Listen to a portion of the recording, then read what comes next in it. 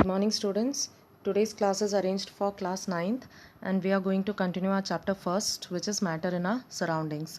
Now, we have already taken 3 to 4 classes, online classes, and we have already discussed majority of the topics. In the last class, we have discussed solid, which is the states of matter, 3 states of matter, solid, liquids. ठीक है, तो आज के class में we will discuss about the third state of matter which is gas. And if you remember, जो solid and liquid के जब भी हमने कैरेक्टरिस्टिक पढ़े थे तो एक एक एक्टिविटी के साथ हमने पढ़े थे, जिसमें से आपको वो एक्टिविटी के एंड में कंक्लूजन में कैरेक्टरिस्टिक्स ऑलरेडी आपको पता चल जाता था सॉलिड का एंड लिक्विड का. Now today also we will follow the same procedure for understanding the characteristic of gas. ठीक है, तो आज third state of matter detail में करते हैं, which is gaseous state of matter. For that we have to discuss about one of the activity which is given in your textbook and it is numbered as 1.11. अगर आप gaseous state का जो topic है आपके first chapter में, वहाँ पे आप देखोगे तो एक्टिविटी 1.1 ये जो मैंने यहाँ पे दिया है एज इट इज़ आपको दिख जाएगा. ठीक है, so through this activity we will understand what is the characteristic of gas, which is the major characteristic of gas. जैसे कि हम, अगर आपको याद होगा तो ऐसे ही states of matter में लास्ट क्लास में हमने सॉलिड एंड लिक्विड का भी किया था, जहाँ पे हमने पॉइंट वाइज समझा था regarding the shape, rigidity, fluidity, compressibility, ये सब हमने लास्ट क्लास में ऑलरेडी डिस्कस किया था. तो सेम वही के वही पॉइंट्स में अगर आप टैली करोगे लिक्विड एंड सॉलिड के जो कैरेक्टरिस्टिक है गैस के साथ, तो आपको पता चल जाएगा. We will follow the same step regarding the characteristic. ठीक है, शेप है, वॉल्यूम है, फ्लूइडिटी है, रिजिडिटी है. ठीक है, तो ये सारे कैरेक्टरिस्टिक तीनों तीन स्टेट्स में आएंगे. एंड जो आपने लिक्विड एंड सॉलिड में पढ़ा था सेम वही कैरेक्टरिस्टिक का आपको गैस में भी अप्लाई करना है. तो यहाँ पे जितने भी कैरेक्टरिस्टिक हैं, तो इसमें से मेन कैरेक्टरिस्टिक गैस का क्या है? Highly compressible. ठीक है, तो यही एक कैरेक्टरिस्टिक पता करने के लिए हम ये एक्टिविटी करेंगे जो आपके टेक्स्ट बुक में दिया है. So as I have said to you, you have to follow 4 major steps for each activity, for each experiments. And हाँ, एक और चीज़, कभी कभी अगर आप कोई भी डाइजेस्ट रेफर कर रहे हो तो वहाँ पे 5 स्टेप की जगह, 4 स्टेप की जगह 5 स्टेप दिया होगा. मतलब एक्टिविटी या एक्सपेरिमेंट कोई भी होगा उसमें 5 स्टेप्स प्रोवाइड किए गए होंगे. यहाँ पे हमने सिर्फ 4 स्टेप फोकस किया है. 5th स्टेप जो है दैट इज़ एम के बाद आएगा सेकेंड स्टेप के through, which is materials required, या तो रॉ मटेरियल्स रिक्वायर्ड. किसी किसी में अलग अलग नाम होगा, किसी किसी डाइजेस्ट में सिर्फ रॉ मटेरियल्स होगा, किसी किसी में मटेरियल्स रिक्वायर्ड होगा. उसमें कुछ नहीं करना है आपको. जो भी एक्टिविटी में जो भी ऑब्जेक्ट्स आप ले रहे हो या तो कोई भी जो भी मटेरियल्स आप ले रहे हो, वो एक्टिविटी कंप्लीट करने के लिए वो मटेरियल्स के नाम लिखने हैं सिर्फ. अगर आप ये 4 स्टेप अच्छे से कर लोगे कोई भी एक्टिविटी का, observation, conclusion and aim and procedure, तो आपको ऑटोमेटिकली जो सेकेंड स्टेप है मटेरियल्स रिक्वायर्ड वो अपने आप से आ जाएगा. मतलब अगर आप प्रोसीजर अच्छे से जानते हो कि एक्टिविटी में करना क्या है, then you can write what are the materials that you need to complete that activity. ठीक है, so activity 1.1, coming back to the activity 1.11. यहाँ पे आप देख सकते हो मैंने टेक्सचुअल का एज इट इज़ इमेज यहाँ पे दिखाया है, आप टेक्स्ट में ये देख सकते हो. Aim is to find out the characteristic of gas.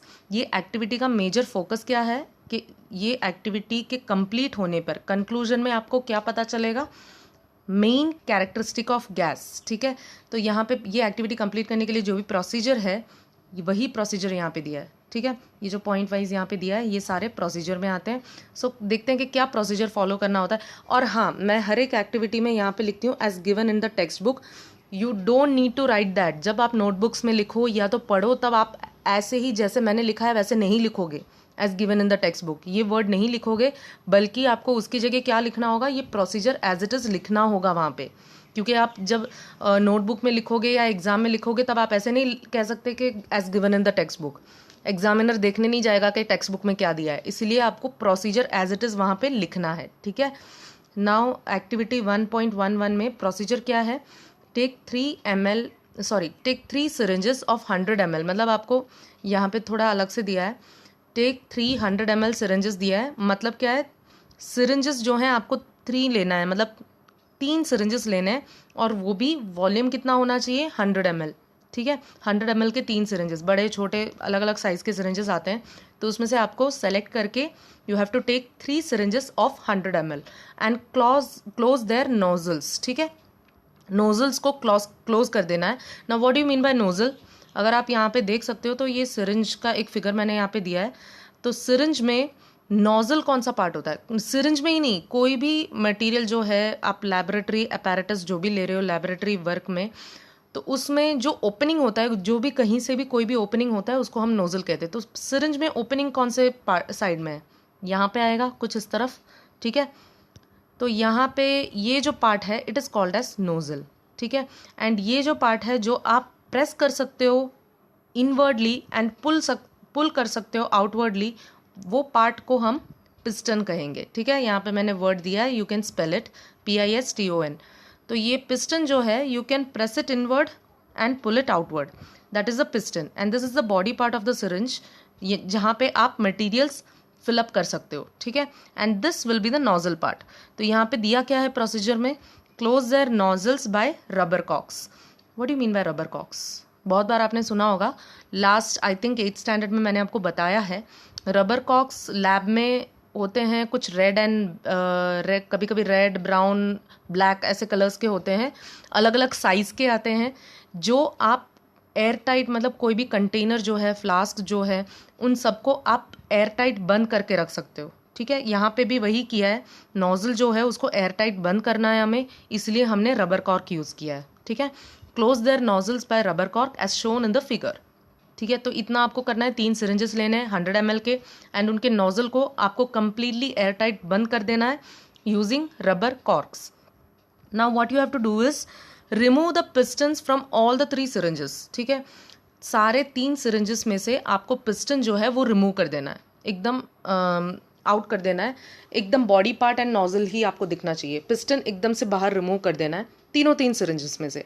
Now leaving 1 syringe untouched, एक सिरिंज जो है उसको पिस्टन, उसमें से पिस्टन को बाहर निकाल के एज इट इज रहने देना है अनटच्ड। बाकी के 2 पिस्टन में आपको फिलअप करना होगा। क्या फिलअप करना होगा? फर्स्ट वन अनटच रहेगा एक सिरिंज, सेकेंड वन क्या फिलअप करोगे उसके अंदर, बॉडी के अंदर एक में वाटर फिलअप करोगे। ठीक है, पानी फिलअप करोगे, एंड तीसरे में आप चौक, मतलब जो आप हम बोर्ड पे यूज़ करते हैं ना चौक, वो चौक पीस फिलअप कर दोगे। तो एक्चुअल में अगर आप देखोगे तो तीनों 3 सिरिंजेस में हमने 3 अलग अलग स्टेट ऑफ मैटर को फिलअप किया है। एक में हमने अनटच रहने दिया है एक सिरिंज को, अगर अनटच्ड रहने दिया है तो उसके अंदर क्या होगा? ऑब्वियसली एयर होगा, क्योंकि हमने नीचे का नोजल जो है वो एयर टाइट बंद कर दिया है, तो वो जो बॉडी पार्ट है अंदर, उसके अंदर कंप्लीटली एयर फिलअप होगा। ठीक है, अब सेकेंड सिरिंज में हमने पानी फिलअप किया है, दैट मीन्स लिक्विड स्टेट। पहले में गैसियस स्टेट था अनटच्ड वाले सिरिंज में, सेकेंड में पानी भरा है, दैट मीन्स लिक्विड हमने फिल किया है। थर्ड में चॉक स्टिक हमने भरे थे, दैट मीन्स सॉलिड। ठीक है, तीनों 3 स्टेट्स ऑफ मैटर सिरिंज में भर दिए।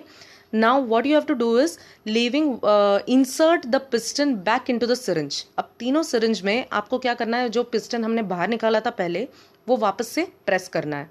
अब ये एक्टिविटी करके देखने की जरूरत नहीं है, you can think by your self. अगर तीनों 3 सिरिंज में अगर आप पिस्टन बारी से डालोगे, वो जो अनटच्ड वाला सिरिंज था जिसमें एयर है, वाटर वाला सिरिंज है एंड चॉक वाला सिरिंज है, उसमें बारी से अगर आप पिस्टन डालोगे तो कौन सा सबसे ज़्यादा प्रेस होगा? Obviously it will be of gas. ठीक है, ये करके देखने की ज़रूरत नहीं है, it is common sense. Gas जो है it can be completely pressed, water जो है प्रेस होगा कुछ हद तक। अब इसमें ये ध्यान रखना कि नीचे नोजल से एयर टाइट बंद है, आप प्रेस करोगे तो नीचे वो since it is completely, nozzle is completely closed with rubber cork, आप प्रेस करोगे तो ज़रूरी नहीं है पानी नीचे से निकले, क्योंकि बंद कर दिया है, बट फिर भी अगर आप प्रेस करोगे तो पानी का जो है थोड़ा प्रेस होगा, उतना ज़्यादा भी प्रेस नहीं होगा, कंपैरेटिवली गैस के कंपैरेटिवली थोड़ा प्रेस होगा, एंड सॉलिड का बिल्कुल भी नहीं प्रेस होगा, चॉक का जो है। ठीक है, तो ये यहाँ पे सबसे मेन कैरेक्टरिस्टिक कौन सा आ रहा है ऑब्जर्वेशन के थ्रू? प्रेस करने की एबिलिटी, कंप्रेसिबिलिटी। ठीक है, तो यहाँ पे this is the main activity that you have to perform regarding the gaseous characteristic. ठीक है। सो लास्ट में आपको ऑब्जर्व क्या करना रहेगा, प्रोसीजर तो हो गया, इतना आपने प्रोसीजर कर लिया। अब इसमें से जो लास्ट में फाइनल रिजल्ट आ रहा है तो उसमें से ऑब्जर्वेशन होगा, एंड जो भी आप ऑब्जर्व करोगे उसमें से आप कंक्लूड करोगे, लास्ट एक फाइनल स्टेप दोगे, ठीक है। तो this is the procedure. Now moving on to the observation step. What do you observe in this? In which case of the piston is easily pushed? कौन से केस में, तीनों तीन पिस्टन के कौन से केस में ऐसा था कि जिसमें पिस्टन जो है आप इजीली पुश कर सकते थे? There is air in the untouched syringe, ठीक है। जो अनटच्ड सिरिंज था उसके अंदर एयर जो है उसको आप इजीली पुश कर सकते हो। Now the piston in this case is can be easily pushed, मतलब एयर जो है that is completely gaseous state of matter, तो आप जब भी पुश करोगे तो आप उसको इजीली पुश कर सकते हो। That will be the case. मतलब अगर यहाँ ऐसे क्वेश्चन पूछे in which case was the piston easily pushed in, तो वही केस जहाँ पे एयर है, ठीक है, वहाँ पे इजीली पुश हो सकता है। दैट मीन्स एयर में या तो गैसियस स्टेट ऑफ मैटर में compressibility is very high. What do you infer from your observation? Observation में मतलब ये जो आपने ऑब्जर्व किया है कि गैसियस में हाईली कंप्रेसिबल है, तो उसमें मेन इन्फरेंस या तो कंक्लूजन, इन्फर मतलब क्या, व्हाट डू यू इन्फर मतलब आप कंक्लूड क्या कर सकते हो ये ऑब्जर्वेशन से? The piston is pushed with great difficulty in the remaining to syringes. Gas में अगर इजीली आप पुश कर सकते थे, मतलब दूसरे दो में जहाँ पे वाटर एंड चॉक है वहाँ पे आपको बहुत ही ज़्यादा डिफिकल्टी आई होगी पुश करने में, ठीक है। Therefore we can conclude that gases can be easily compressible. So now moving on to the different characteristics of gas, ठीक है। तो एक पॉइंट तो यही होगा कि it is highly compressible. You have already learn that through the activity 1.11। So बाकी के जो 4 पॉइंट्स हैं वो हमने ऑलरेडी सॉलिड एंड लिक्विड में किए थे, उसी के कंपैरिजन में यहाँ पे करना है, ठीक है। आपको ये याद रहना चाहिए, एग्जाम में कभी कभी शॉर्ट नोट करके भी पूछते हैं कि characteristics of 3 states of matter समझाओ, तब आपको सिर्फ पॉइंट वाइज लिखना है। कभी कभी ऐसे भी कहते हैं कि कंपेयर करो।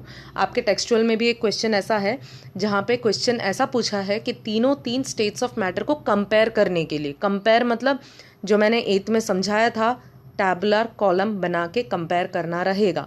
एंड उसमें भी एक प्रॉपर्टी, जैसे कि शेप के बारे में अगर आप कहोगे तो शेप के रिलेटेड सॉलिड में क्या होगा, लिक्विड में क्या होगा एंड गैस में क्या होगा। सिमिलरली अगर रिजिडिटी के बारे में कहना है तो रिजिडिटी में सॉलिड स्टेट ऑफ मैटर में क्या होगा, लिक्विड स्टेट ऑफ मैटर में क्या होगा एंड सिमिलरली गैस में क्या होगा, ठीक है। So all the characteristics you need to compare. तो ऐसे भी क्वेश्चन आता है, इसलिए मैंने पॉइंट जो यहाँ पे दिए हैं, अगर आप सॉलिड एंड लिक्विड से कंपेयर करोगे सेम 1 by 1 सिस्टमैटिकली मैंने पॉइंट दिया है ताकि आप इजीली कंपेयर कर सको, ठीक है। कंपैरिजन का भी मैं क्वेश्चन अलग से आपको पीडीएफ प्रोवाइड करूंगी, बट समझने के लिए मैं ये कह रही हूँ, ठीक है। रट्टा मत मार लेना, अच्छे से समझ के पढ़ना। Now first point, no fixed shape. मतलब गैस का होता है, ये आपको अच्छे से पता है, गैस का कोई फिक्सेड शेप नहीं होता।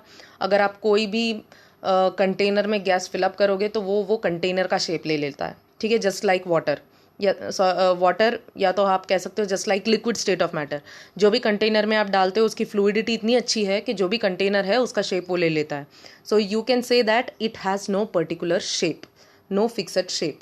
Second is no rigidity. Rigidity मतलब हार्डनेस, ठीक है। गैस में इतनी ज़्यादा फ्लूइडिटी है, वो हर एक डायरेक्शन में मूव कर सकता है उसके पार्टिकल्स, इसलिए हम ये कह सकते हैं कि उसका कोई पर्टिकुलर हार्डनेस नहीं है, रिजिडिटी नहीं है, ठीक है। Third point, no fixed volume. Obviously fluidity इतनी अच्छी है तो वॉल्यूम भी कोई फिक्सड नहीं होता। आप जो भी 100 ml के कंटेनर में फिल करते हो तो वो 100 ml का वॉल्यूम हो जाएगा, एंड सिमिलरली वही अमाउंट के गैस को आप 1000 ml के कंटेनर में फिल करते हो तो वो ईजिली वो 1000 ml का भी हो जाएगा, ठीक है। तो उसका कोई फिक्सड वॉल्यूम नहीं होता। Particles are free to move anywhere, even they can move kilometres to kilometres, ठीक है। एक गैस अगर आप बाहर थोड़ा अमाउंट ऑफ गैस आप बाहर स्प्रेड करते हो तो वो गैस ज़रूरी नहीं है कि 1 किलोमीटर के अंदर ही रहे, वो कितने भी किलोमीटर कवर कर सकता है, मतलब उसके पार्टिकल्स जो हैं वो हाईली मूविंग है, ठीक है। So the fourth point is no distinct boundaries. अब अगर हाईली मूवमेंट वाले पार्टिकल्स हैं तो उसका कोई बाउंड्री होगा, बिल्कुल भी नहीं होगा, ठीक है। अगर उसका शेप ही नहीं है तो बाउंड्री कहाँ से आएगा, ठीक है। So no distinct boundaries, they occupy all the available space. जितना भी स्पेस आप उसको दे रहे हो गैस को, वो उतना ज़्यादा स्पेस ऑक्यूपाई कर लेता है। उसको कोई पर्टिकुलर शेप नहीं है कि मैं इतनी ही जगह पे बैठूंगा, जैसे सॉलिड है। अगर आप सॉलिड में कोई पेन पूरा एक सॉलिड है, पेन को पूरे एक रूम में रख रहे हो तो वो रूम के जितना बन जाएगा? बिल्कुल भी नहीं। बट अगर आप वही पेन के अमाउंट की गैस को वो रूम में छोड़ोगे तो पूरे वो रूम में वो गैस फिलअप हो जाएगा। ठीक है, तो सॉलिड का एक फिक्सड शेप होता है, एक फिक्सड अमाउंट होता है, फिक्सड वॉल्यूम होता है। बट यहाँ पे गैस का क्या है? No fixed volume, no fixed shape, no definite boundaries, या तो उसकी पर्टिकुलर बाउंड्री नहीं होती। And the last characteristic which is very important in gas, highly compressible, जो हमने एक्टिविटी से पढ़ा था। ठीक है, एक्टिविटी के कंक्लूजन में हमने किया था, it is highly compressible. Now what are the examples for gases? You know already, आप एलपीजी ये सब लिख सकते हो। ठीक है, घर पे जो एलपीजी सिलेंडर्स है ना, एलपीजी सिलेंडर मत लिख देना, LPG gas, liquid petroleum gas, या तो सीएनजी। ठीक है, कंप्रेस्ड नेचुरल गैस, ये सब एग्जांपल आप लिख सकते हो। Oxygen gas, carbon dioxide gas, nitrogen gas. अब ये सब मैं लास्ट में गैस वर्ड क्यों ऐड कर रही हूँ? जैसे कि कार्बन डाइऑक्साइड गैस, ऐसे क्यों मैंने लिखा है सिर्फ कार्बन डाइऑक्साइड के बजाय? इसीलिए क्योंकि कार्बन डाइऑक्साइड का सॉलिड फॉर्म भी होता है। ठीक है, तो ज़रूरी है आप जब कार्बन डाइऑक्साइड लिखो तो आप कौन से स्टेट ऑफ मैटर को रेफर कर रहे हो वो लिखो। जैसे कि पानी है, पानी का सॉलिड फॉर्म क्या है? आइस। ठीक है, पानी का गैसियस फॉर्म क्या है? Water vapour. बट उसके तीन के नाम अलग अलग है, इसलिए हमें लास्ट में सॉलिड, लिक्विड, गैस स्पेसिफाई करने की जरूरत नहीं है। ठीक है, जब आप वाटर कहते हो तो it is understood it is liquid, जब आप आइस कहते हो it is understood it is solid.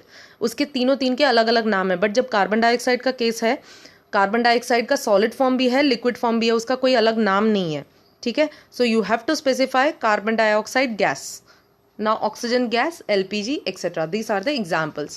Now moving on to the next topic, major characteristics of states of matter. आपने states of matter तो पढ़ लिया है, liquid, solid, gas. अब उसके मेजर कैरेक्टरिस्टिक भी हमने कर लिए हैं, बट वो कैरेक्टरिस्टिक को ज़रा एलाबरेट करते हैं, एक एक कैरेक्टरिस्टिक को जो हमने अभी तक किया था। It is just a revision to that point. ठीक है, फर्स्ट हमने शेप ऑफ मैटर का देखा था, मतलब हर एक तीन में, सॉलिड, लिक्विड एंड गैस में, तीन में हमने शेप के बारे में डिस्कस किया था स्टार्टिंग पॉइंट में। सो shape of matter, particularly solids have a definite shape, liquids and gases have no shape, they take the shape of the container. ठीक है, that is the first main characteristic. Second, volume. What do you mean by volume? मैंने last class में आपको समझाया था what is volume. That is the actual amount of space that something can fill up. कोई भी amount of space जहाँ पे कुछ चीज़ फिलअप कर सकते हैं, वो स्पेस को हम वॉल्यूम कहते हैं। ठीक है, the amount of space that something contains और फिल्स अप। ठीक है, the solids have fixed shape. अगर हम वॉल्यूम के बारे में कहें, सॉलिड्स, सॉरी यहाँ पे शेप का रिलेटेड नहीं आएगा, यहाँ पे वॉल्यूम आएगा। ठीक है, please it correct it, it is not shape, it is volume. ठीक है, सॉलिड्स, ये शेप जो है, this is about the first characteristic, this is related to the volume. Solids have fixed volume, liquid and gas have no fixed volume. यहाँ पे आप देख सकते हो, यहाँ पे हमने बताया था गैसियस में नो फिक्स्ड वॉल्यूम, ऐसे ही सॉलिड एंड लिक्विड में भी बताया था। जब आप वॉल्यूम का लिखो तो यहाँ पे वॉल्यूम लिखना। ठीक है, please understand this. Shape belongs to the first characteristic, in this you have to write the volume. So solids have fixed volume, liquid and gas have no fixed volume. Rigidity. Now third one, rigidity. जैसे मैंने बोला था, hardness है, particles जितने पास में arranged है उतना ज़्यादा उसका हार्डनेस बढ़ जाता है एंड उतना ज़्यादा रिजिडिटी भी बढ़ जाता है। Now what do you mean by rigidity? The tendency of matter to maintain its shape when subjected to outward force. अब ये when subjected to outward force मतलब जब भी बाहरी, मतलब एक्सटर्नल फोर्स, बाहर से कोई फोर्स अगर आप करते हो, जस्ट इमेजिन कि आपने एक पेंसिल पकड़ के रखा है, आप अगर वो पेंसिल को जितना भी दबाओ, ज़ोर से दबाओगे, वो दबेगा? बिल्कुल भी नहीं दबेगा। बट अगर आप एक बैलून में पानी भर के रखोगे एंड उसको जैसे आप पेंसिल में दबा रहे हो वैसे ही उसको दबाओगे तो दबेगा ना, अच्छे से दबेगा। That is the rigidity. ठीक है, सो सॉलिड्स आर रिजिड। जैसे पेन को, पेंसिल को आप दबाओगे वो नहीं दबेगा, that means it is highly hard, it is high rigidity, it has high rigidity, so we can say that solids are rigid. Now liquids and gas are not at all rigid. Gas को भी अगर आप दबाओगे दब जाएगा, liquids को भी दबाओगे दब जाएगा, but solids, in the case of solids it is completely rigid. ठीक है, now moving on to fourth characteristic, fluidity. What do you mean by fluidity? The simple word में मैं कहूँ, फ्लूइडिटी वो होता है द एबिलिटी टू फ्लो। किसी भी सब्सटेंस को अगर फ्लो करने का टेंडेंसी है, that substance have high fluidity. ठीक है, जैसे कि आप हनी, शहद है ना, शहद, हनी को अगर आप किसी प्लेट में पोर करोगे एंड उसके साथ ही साथ उतने अमाउंट में पानी को भी फ्लो करोगे तो कौन सा सबसे ज़्यादा जाएगा? पानी सबसे ज़्यादा फ्लो होगा, because water has more fluidity compare to honey. तो हर एक सब्सटेंस का अपना अपना एक फ्लूइडिटी कैरेक्टर होता है। तो यहाँ पे हम जनरलाइज्ड वे में पढ़ रहे हैं कि सॉलिड का फ्लूइडिटी क्या है, लिक्विड का क्या है, गैस का क्या है। ठीक है, तो what do you mean by fluidity? The property of particles of matter to flow. Solids have no fluidity at all. आप अगर एक पेन रबर को एक जगह रखोगे तो वहीं पे रहेगा, वो फ्लो नहीं करेगा। Solid have no fluidity. Liquids flow from higher level to lower level. हमेशा लिक्विड फॉर्म में जो होता है वो हायर से लोअर लेवल में आता है। आप जानते हो पानी को कभी लोअर लेवल से हायर लेवल में नहीं जाता अनलेस यू अप्लाई फोर्स। ठीक है, नेचुरल एक्टिविटी में वो हायर लेवल से लोअर लेवल पे ही आता है। So liquids flow from higher to lower level. Gases flow in all direction. अभी पता चला लिक्विड का क्यों हमने हायर से लोअर लेवल का एक डायरेक्शन बताया। लिक्विड स्टेट ऑफ मैटर में फ्लूइडिटी है, गैसियस में भी फ्लूइडिटी है, बट एक फ़र्क है, लिक्विड जो है वो हायर से लोअर लेवल की तरफ फ्लो होता है, बट गैस जो है वो कहीं पे भी फ्लो हो सकता है, चारों डायरेक्शन में फ्लो हो सकता है, इवन नीचे से ऊपर भी जा सकता है, ऊपर से नीचे भी आ सकता है। ठीक है, सो फ्लूइडिटी दोनों में है। ये क्वेश्चन अलग से पूछा गया है 2 मार्क्स में कि liquids and gas both have fluidity. What is the main difference between the fluidity among liquid and gases? तो main difference क्या है? दोनों में fluidity है, but liquids में क्या है? higher to lower level flow होता है। gases में it flows in all the direction, चारों डायरेक्शन में fluidity है। 5th one, compressibility. compressibility press करने का ability। ठीक है, कोई भी सब्सटेंस अगर प्रेस होता है we can say that substance has high compressibility. अगर बहुत हाईली रिजिड है, देखो ये कंप्रेसिबिलिटी एंड रिजिडिटी जो है ना वो आपस में कनेक्टेड है। जिसका रिजिडिटी ज़्यादा होगा उसका कंप्रेसिबिलिटी बहुत कम होगा, इन्वर्सली प्रोपोर्शनल है, एक ज़्यादा है तो एक कम है। अगर रिजिडिटी बहुत ज़्यादा है दैट मीन्स रिजिडिटी मतलब हार्डनेस, अगर जितना ज़्यादा है उतना कम प्रेस होगा। ठीक है, उतना कम, बहुत ही कम प्रेस होगा। और जितना रिजिडिटी कम है, ठीक है, अगर वो सॉफ्ट है, ज़्यादा ही सॉफ्ट है तो उतना ज़्यादा वो प्रेस होगा। So compressibility and rigidity are inversely proportional. If one increases another one decreases, if one decreases another one increases. ठीक है, ऑपोजिटली रिलेटेड है तो वो याद रहे, compressibility and rigidity are inversely proportional to each other. Compressibility, now what do you mean by compressibility? The property of matter by which the particles of matter can be brought nearer. ठीक है, कोई भी solid में, liquid में, gas में compressibility ज़्यादा होना मतलब उनके पार्टिकल्स जो है बहुत पास पास में रहना। अगर आप सॉलिड में देखोगे उनके अंदर के पार्टिकल्स या तो एटम्स जो मॉलिक्यूल्स हैं वो बहुत ही पास पास में अरेंज्ड है, एकदम पास में अरेंज्ड है, और उनके बीच में बिल्कुल भी स्पेस नहीं है ताकि आप दबाओ तो वो दबे। ठीक है, एक एक एटम्स जो हैं वो पास पास में लोकेटेड है कि उनके बीच में बिल्कुल भी स्पेस नहीं है। Just like this, see here, देखो ये अगर आप देखोगे तो सॉलिड का जो है तो यहाँ पे पार्टिकल्स बहुत ही बारीकी से अरेंज्ड है, मतलब एकदम पास पास में। अगर आप वाटर मॉलिक्यूल्स देखोगे थोड़ा बहुत स्पेस है अंदर, इसलिए वो उसकी कंप्रेसिबिलिटी थोड़ी होती है। बट अगर आप गैस का देखोगे तो उनके बीच में बहुत ज़्यादा ही स्पेस है। ठीक है, तो अगर जब हम कंप्रेसिबिलिटी की बात करते हैं तो गैस जो है उनकी कंप्रेसिबिलिटी इतनी हाई क्यों होती है? क्योंकि उनके पार्टिकल्स के बीच में ज़्यादा स्पेस होती है। और सॉलिड की कंप्रेसिबिलिटी बिल्कुल भी नहीं होती, बिकॉज सॉलिड्स में पार्टिकल्स बहुत ही बारीकी से अरेंज्ड है, एकदम पास पास अरेंज्ड है। ठीक है, सो that is all about the compressibility, the property of matter by which the particles of matter can be brought nearer. अगर आप बाहर से दबाओगे तो जितना वो particles near आ सकते हैं by reducing the volume, that property is called as compressibility. Now gases have high compressibility, ये आपने already कर रखा है। Now moving on to the next characteristic, intermolecular force. Now ये 2 वर्ड बहुत ही इम्पॉर्टेंट है। आप 10th में, मतलब आगे जो हायर क्लास है 9th में ही जो दूसरे चैप्टर्स हैं उसमें भी ये वर्ड आएंगे, 10th में भी आएंगे। So make sure you understand this. अब बहुत ज़्यादा डेप्थ में, मतलब इतना भी हार्ड नहीं है, आपको नाम सुन के पता चल जाएगा उसका मीनिंग क्या है। Intermolecular force. अब हम आपके स्कूल में जब कॉम्पिटिशन्स होते हैं, इंटर स्कूल कॉम्पिटिशन, उसका मतलब क्या होता है? इंटर स्कूल कॉम्पिटिशन हमने अभी अभी किया था स्पोर्ट्स डे में, मतलब एक स्कूल के बच्चे ही आपस में compete कर रहे हैं, है ना। तो यहाँ पे इंटर मॉलिक्यूलर मतलब एक ही मैटर के जितने भी मॉलिक्यूल्स हैं उनके बीच का फोर्स, ठीक है। इंटर मॉलिक्यूलर मॉलिक्यूल्स के बीच में, एक ही मैटर के जितने भी मॉलिक्यूल्स हैं उनके बीच का force, intermolecular force. Now same to same intermolecular space भी वही है। इंटरमॉलिक्यूलर मतलब एक ही मैटर के जितने भी मॉलिक्यूल्स हैं उनके बीच का स्पेस, ठीक है। अब इसको अगर आप डेफिनेशन में वाइज लिखोगे तो आपको थोड़ा साइंटिफिक वर्ड ऐड करके लिखना पड़ेगा, एज इट इज नहीं लिख दोगे आप। Intermolecular force is the force of attraction और रिपल्शन, ठीक है। किसके बीच का force of attraction? Between the molecules, ठीक है। फोर्सेस ऑफ अट्रैक्शन और रिपल्शन बिटवीन नेबरिंग पार्टिकल्स या मॉलिक्यूल्स, जो भी लिखो, it is both are correct, ठीक है। नाउ इन सॉलिड्स, अगर हम सॉलिड में देखें तो इंटरमॉलिक्यूलर फोर्स क्या होगा, मतलब इंटरमॉलिक्यूलर दो मॉलिक्यूल के बीच का फोर्स ज़्यादा होगा कम होगा? ऑब्वियसली ज़्यादा होगा, क्योंकि पास पास में है। फोर्स इतना ज़्यादा इसलिए तो पास में चिपके हुए हैं। अगर फोर्स कम होता तो दूर दूर भटकते, जैसे गैस में है ना। So in solids it is maximum मतलब सबसे ज़्यादा। इंटरमॉलिक्यूलर फोर्स सॉलिड्स में ज़्यादा है। In liquids it is less, मतलब लेस देन सॉलिड के कंपेयर में लिक्विड में कम है। बट अगर गैस के कंपेयर में लिक्विड का देखें तो गैस में बहुत ही ज़्यादा है, तो हम ऐसे कहेंगे बट मोर देन गैस, ठीक है।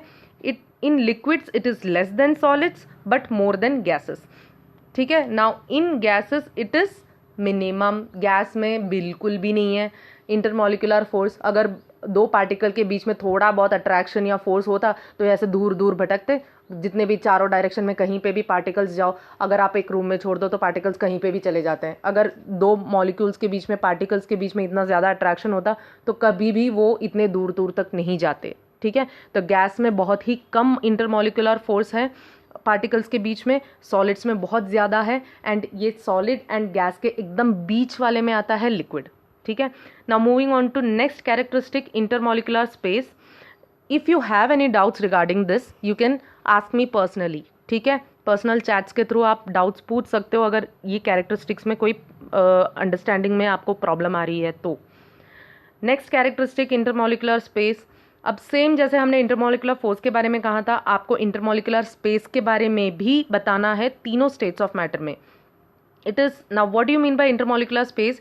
It is the space between the two molecules. जैसे हमने force of attraction between the two molecules बताया था, यहाँ पे क्या है? Space between the two molecules. It is the space between the two molecules or atoms. Now how can you compare it with the states of matter? In solids it is very little. Solid में वो बहुत ही little होगा, क्योंकि force of attraction इतना ज़्यादा है, particle बहुत पास पास में बैठे, तो स्पेस होगा उनके बीच में? बिल्कुल भी नहीं होगा। So we can say that it is very little. What is very little here? Intermolecular space is very little, ठीक है।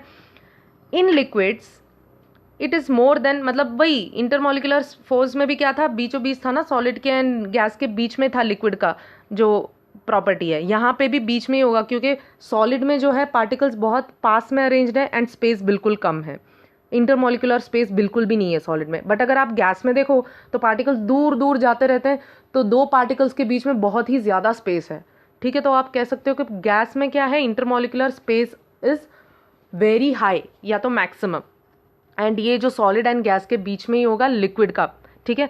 अब जैसे ही हमने कंप्रेसिबिलिटी एंड रिजिडिटी कहा था कि both are inversely proportional, same intermolecular force and intermolecular space are inversely proportional. एक ज़्यादा है तो दूसरा कम, ठीक है। अगर इंटरमॉलिक्यूलर फोर्स ज़्यादा है, किस में ज़्यादा इंटरमॉलिक्यूलर फोर्स? सॉलिड में ज़्यादा है, पास पास में है सारे। तो इंटरमॉलिक्यूलर स्पेस सॉलिड में क्या होगा? बहुत ही कम होगा, मतलब ऑपोजिट, एक ज़्यादा तो दूसरा कम। तो intermolecular force and intermolecular space are inversely proportional, ठीक है। So I hope you have understood all the 7 major characteristics of states of matter. इससे भी ज़्यादा बहुत सारे कैरेक्टरिस्टिक हैं, बट एक्चुअली आपको यहाँ पे 7 ही करने हैं, ठीक है। And moving on to the next, यही इंटरमॉलिक्यूलर फोर्स एंड स्पेस समझाने के लिए मैंने यहाँ पे दिया था, आपके टेक्स्ट बुक में है फिगर 1.5। यहाँ पे एक सॉलिड दिया है, लिक्विड दिया है, गैस दिया है, उसका पर यूनिट वॉल्यूम, मतलब छोटा सा एक यूनिट वॉल्यूम, उसको मैग्नीफाई करके यहाँ पे दिखाया है माइक्रोस्कोपिक व्यू में, ठीक है। तो यहाँ पे आप सॉलिड का देखोगे तो पार्टिकल्स बहुत ही पास में अरेंज्ड हैं, जिससे आपको पता चल जाता है फोर्स ऑफ अट्रैक्शन बहुत ज़्यादा है, बट स्पेस क्या है? कम है। इंटरमॉलिक्यूलर फोर्स ऑफ अट्रैक्शन ज़्यादा, इंटरमोलिकुलर स्पेस कम। और लिक्विड में देखो तो थोड़े बहुत स्पेस है, तो आप कह सकते हो कि स्पेस है, बट अगर आप गैस का कंपेयर करोगे तो गैस से तो कम ही स्पेस है, और अगर सॉलिड का कंपेयर करोगे तो सॉलिड से ज़्यादा स्पेस है। ठीक है, तो liquid is somewhat in between solid and gas. Now gas का अगर आप देखोगे बहुत ही दूर दूर अरेंज्ड है, that means they are highly they have high intermolecular force of intermolecular space and least intermolecular force. So I hope you have understood all the 7 characteristics of states of matter, and हमने 3 states of matter डिटेली भी किया है, solid, liquid and gas. ठीक है, अब next हम question answer next class में we will discuss all the textual questions which is given in your text book after this topic. Almost 5 to 6 question answer है जो ब्लू कलर में intext question में दिए हैं, वो हम नेक्स्ट क्लास में डिस्कस करेंगे। Till then bye and take care.